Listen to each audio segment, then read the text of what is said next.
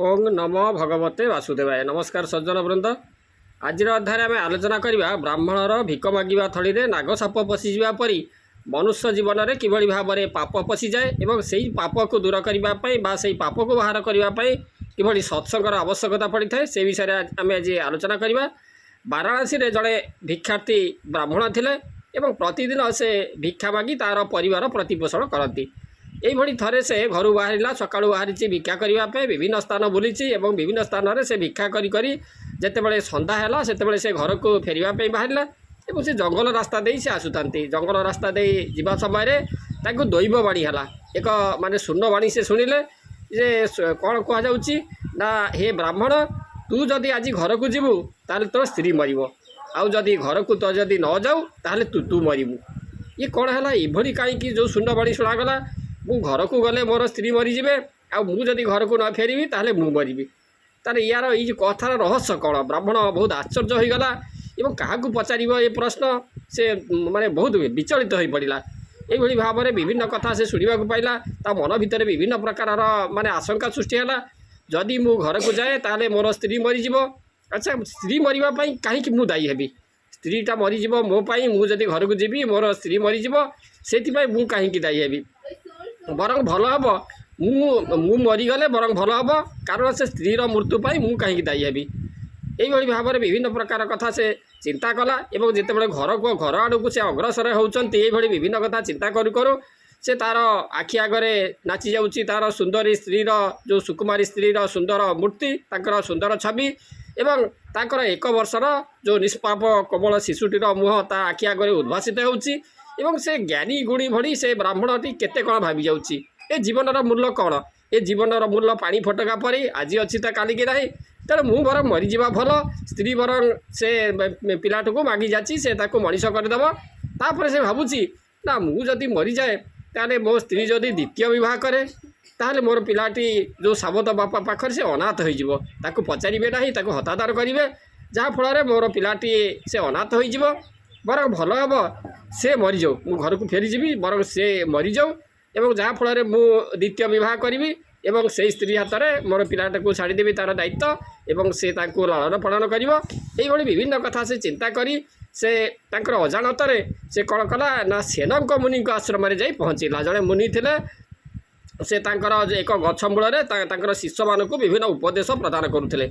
से सेनक मुनि आश्रम से ब्राह्मण पहुँचला एवं से मुनि से तांकर शिष्य मान विभिन्न उपदेश प्रदान करुले। ये ब्राह्मण कौन कला ना सीधा सड़क जा मुनिकर गोड़ तले पड़गला और भो भो हो कांदे लगे से ब्राह्मण पचारे से मुनि पचारे सेन मुनि पचारे तुम किए कौन पे कांदुच कारण कौन किसी न कही से भाव में जो ऋषिंकर पाद दुईटी को जाबुड़ी धरी से यही भाव में कांदे लगे से मुनि ध्यानस्थ हेले से सर्वज्ञ ऋषि से ध्यानस्थ हेले ध्यान बल प्रकृत घटना कौन से जानापी जो चिंता कले ध्यान से सबू कथा जानीपारे एवं तांकर जो आसनर जो आसन से बसी से आसनर बाम पाखरे जो कमंडलूर से जल को नहीं तीन भाग बा तीन थर से जल को से तांकर जो भिक्षा थली रे छेची देले से जो ब्राह्मणर जो भिक्षा थली से थलीटी को जो रखी से तीन थर पानी छींची देले तापर देखागला से जो थली से भिक्षा मागिबा ब्राह्मणर जो भिक्षा थली गोटे नाग साप बाहरी जाउची सेतेबेले ये जो सेनक मुनि तांकर शिष्य मान को पचारे यही थली कौन बाहरी जाऊँच कहल से शिष्य मैंने एक स्वर में कहले नाग साप से से मुनि सेन मुनि से कहवाक लगिले यही प्रत्येक मनुष्य मध्य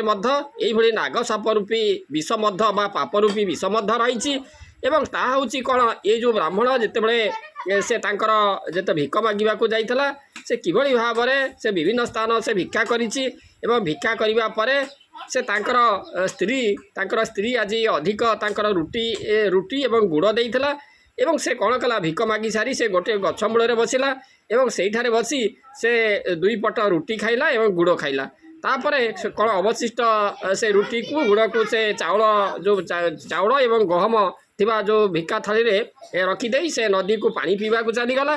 यही समय मध्य से पानी पी फेरिया पर्यंत यही समय मध्य गोटे नाग साप से बाट दे जाऊला एवं से कौन कला ना से जो भिक्षा थाली भितर तांकर जो चाउल थली भितर पशिगला एवं से बाहर बाट न पाई से चाउल एवं गहमर उषुम भितर से रहीगला। यही रहस्य से ब्राह्मण बा जानिब किपरि से सेहीभଳି भाବରେ ସେଇ ଭିକ୍ଷା ଥଳିକୁ ଧରି ଆହୁରି ମଧ୍ୟ କେତେ ଜାଗାକୁ ସେ ଭିକ ମାଗିଛି ଏବଂ ସେ କଥା ସେ ଜାଣିପାରିନି ତା ଭିତରେ ସାପ ରହିଛି କି କ'ଣ ସେ କଥା ସେ ଆଦୌ ଜାଣିନାହିଁ। ତେଣୁ ଏଇଭଳି ଭାବରେ ସେ ମଧ୍ୟ ଏଇଭଳି ଭାବରେ ଭିକ୍ଷା ଥଳିକୁ ଧରି ସେ ଯଦି ତାଙ୍କର ଘରକୁ ଯାଇଥାନ୍ତା ତାହେଲେ ତାର ସ୍ତ୍ରୀ କ'ଣ କରିଥାନ୍ତା ନା ସେ ଚାଉଳ ନେବା ପାଇଁ ଯେତେବେଳେ ଥଳିକୁ ଖୋଲିଥାନ୍ତା ତାହେଲେ ନାଗସାପ ଚୋଟରେ ସେ ମରିଥାନ୍ତା। ଆଉ ଯଦି ବ୍ରାହ୍ମଣ ଯଦି ଘରକୁ ଯାଇନଥାନ୍ତା ତାହେଲେ ସେ ଅବଶିଷ୍ଟ ରୁଟି ଏବଂ ଗୁଡ଼ ଖାଇବା ପାଇଁ ସେ ଥଳିକୁ ଖୋଲିଥାନ୍ତା ଏବଂ ନାଗସାପ ଚୋଟରେ ସେ ମରିଥାନ୍ତା। ତେଣୁ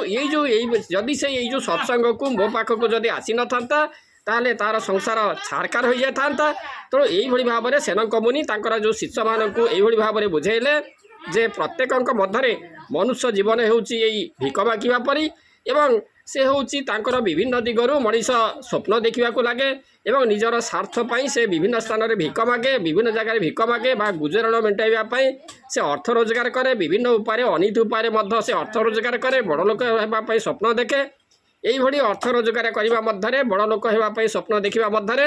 তা অজাণতরে যে পাপ রূপক নাগসাপ আসি তা মধ্যে পশিযাଏ। এই যে পাপ রূপক নাগসাপকু দূর করা বা সেই যে পাপকু বাহার করা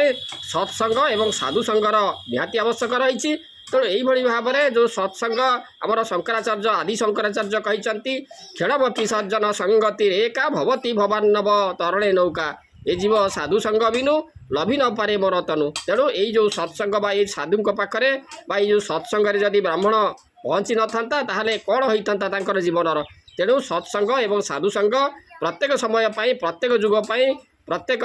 লোকଙ୍କ ପାଇଁ নিশ্চিত ভাবে আবশ্যকতা রয়েছে। ଏହା ଜୀବନର ମାର୍ଗକୁ ମଧ୍ୟ ବଦଳାଇ ଦେଇପାରେ। ଲୋକଙ୍କ ମଧ୍ୟରେ ଥିବା ପାପ ଅନୀତି ବା ଦୁର୍ନୀତି ଯାହା କିଛି କରୁଥାଏ ସେ ଯେଉଁ ପାପ ରାଶିକୁ ଦୂର କରିବା ପାଇଁ ମନୁଷ୍ୟ ମଧ୍ୟରୁ ପାପକୁ କାଢ଼ିବା ପାଇଁ ସତ୍ସଙ୍ଗର ନିହାତି ଆବଶ୍ୟକତା ରହିଛି। ତେଣୁ ଆଶା କରେ এই ଭିଡ଼ିଓଟି ନିଶ୍ଚିତ ଭାବରେ ଆପଣମାନଙ୍କୁ ଭଲ ଲାଗିଥିବ ଏବଂ ଭଲ ଲାଗିଥିଲେ ଆପଣମାନେ ଲାଇକ୍ ସେୟାର ଏବଂ ସବସ୍କ୍ରାଇବ୍ କରିଦେବେ। ଆଜି ପାଇଁ ରହୁଛି ଓಂ ନମୋ ଭଗବତେ ବାସୁଦେବାୟ।